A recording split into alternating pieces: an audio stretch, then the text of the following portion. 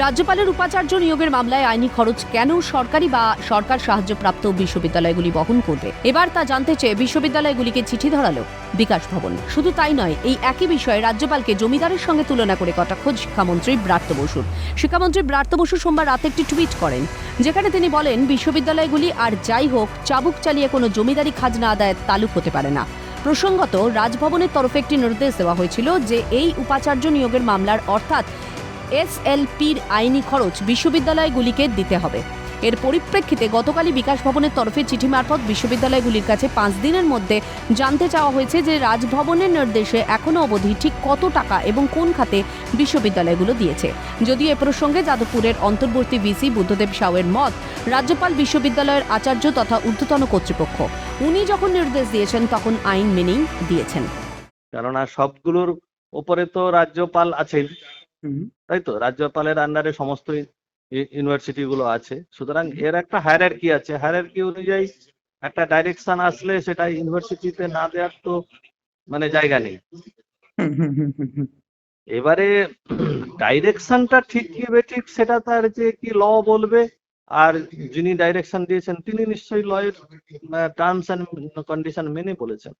পাশাপাশি তিনি বিকাশ ভবনের চিঠি প্রসঙ্গে বলেন, আইনি পরামর্শ নিয়ে ওই চিঠির উত্তর দেওয়া হবে। পাশাপাশি এই ঘটনায় রাজ্য শিক্ষা ব্যবস্থাকে কটাক্ষ করে আইনজীবী বিকাশ রঞ্জন ভট্টাচার্যের মত, রাজ্যের শিক্ষা ব্যবস্থাকে লাটে তুলে দেওয়ার চেষ্টা করছে রাজ্য সরকার। পাশাপাশি শিক্ষামন্ত্রীর টুইট প্রসঙ্গে তিনি বলেন, এগুলো অসাংবিধানিক আচরণ। দেখুন, রাজ্যে তো শিক্ষা ব্যবস্থাকে লাটে তুলে দেওয়ার একটা পরিকল্পনা হচ্ছে। এই যে অবাঞ্ছিত বিতর্ক হচ্ছে রাজ্যপাল বনাম রাজ্য সরকার বিশ্ববিদ্যালয় পরিচালন নিয়ে, এটাও কিন্তু এই সরকারের একটা পরিকল্পনার অঙ্গ, যাতে বিশ্ববিদ্যালয়গুলো ক্রমশ পঙ্গু হয়ে যায়। এবং দেখবেন খুব দ্রুত এখন প্রাইভেট বিশ্ববিদ্যালয় চালু হবে এবং সেখানে ছেলেমেয়েরা চলে যাবে। এটাই হচ্ছে পরিকল্পনা। সেই পরিকল্পনার অংশ হিসেবে এটা শুরু হয়েছে, মামলা হয়েছে। রাজ্যপাল তিনি আচার্যর পদ থেকে এই মামলা পরিচালনা করেছেন, তার খরচ তো রাজ্য সরকারকেই বহন করতে হবে। রাজ্যপাল তো অন্য কোনো তহবিল হতে পারে না। এখন রাজ্যপালের সঙ্গে তাদের যে ঝগড়া বিতর্ক সেটা অন্যত্র মেটাবেন, কিন্তু কেন মামলা করেছে, কেন পয়সা দেবে, অত্যন্ত নিম্ন রুচির এবং অসাংবিধানিক দৃষ্টিভঙ্গি থেকে এটা হচ্ছে। ওদিকে উপাচার্য নিয়োগ মামলায় আইনি জটিলতার পিছনে রাজ্য সরকারকেই দায়ী করেন বিজেপির মুখপাত্র বিমাল শঙ্কর নন্দ। এদিন তিনি বলেন, রাজ্য সরকারের করা মামলায় রাজ্যপাল তো নিজেদের পকেট থেকে টাকা খরচ করবে না। পাশাপাশি রাজ্যপালকে জমিদারের সঙ্গে তুলনা প্রসঙ্গে ব্রাত্যকে কটাক্ষ করে তিনি বলেন, এই সরকারই তো চাবুক চালিয়ে জমিদারি চালাচ্ছে। শিক্ষামন্ত্রী নিজেই তো জমিদারি ভাবছেন গোটা পশ্চিমবাংলাকে, শিক্ষা জগৎকে। এই শাসক দল তো জমিদারি ভাবছে, উনি অপরকে জমিদার কি বলছেন? এই সরকারই তো চাবুক চালিয়ে জমিদারি চালাচ্ছে, যেখানে যাকে খুশি উপাচার্য বানাচ্ছে।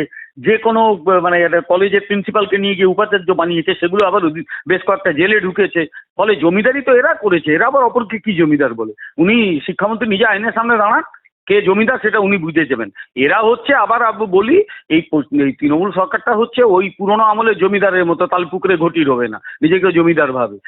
মোটের উপর রাজ্যপালের তরফে উপাচার্য নিয়োগ নিয়ে আইনি জটিলতা সৃষ্টি ও অতঃপর সেই মামলার আইনি খরচ নিয়ে রাজ্যপাল, বিশ্ববিদ্যালয় ও রাজ্যের টানাপোড়েনে রাজ্যপাল সম্পর্ক যে আরও ঘোলা হলো তা বলাই বাহুল্য।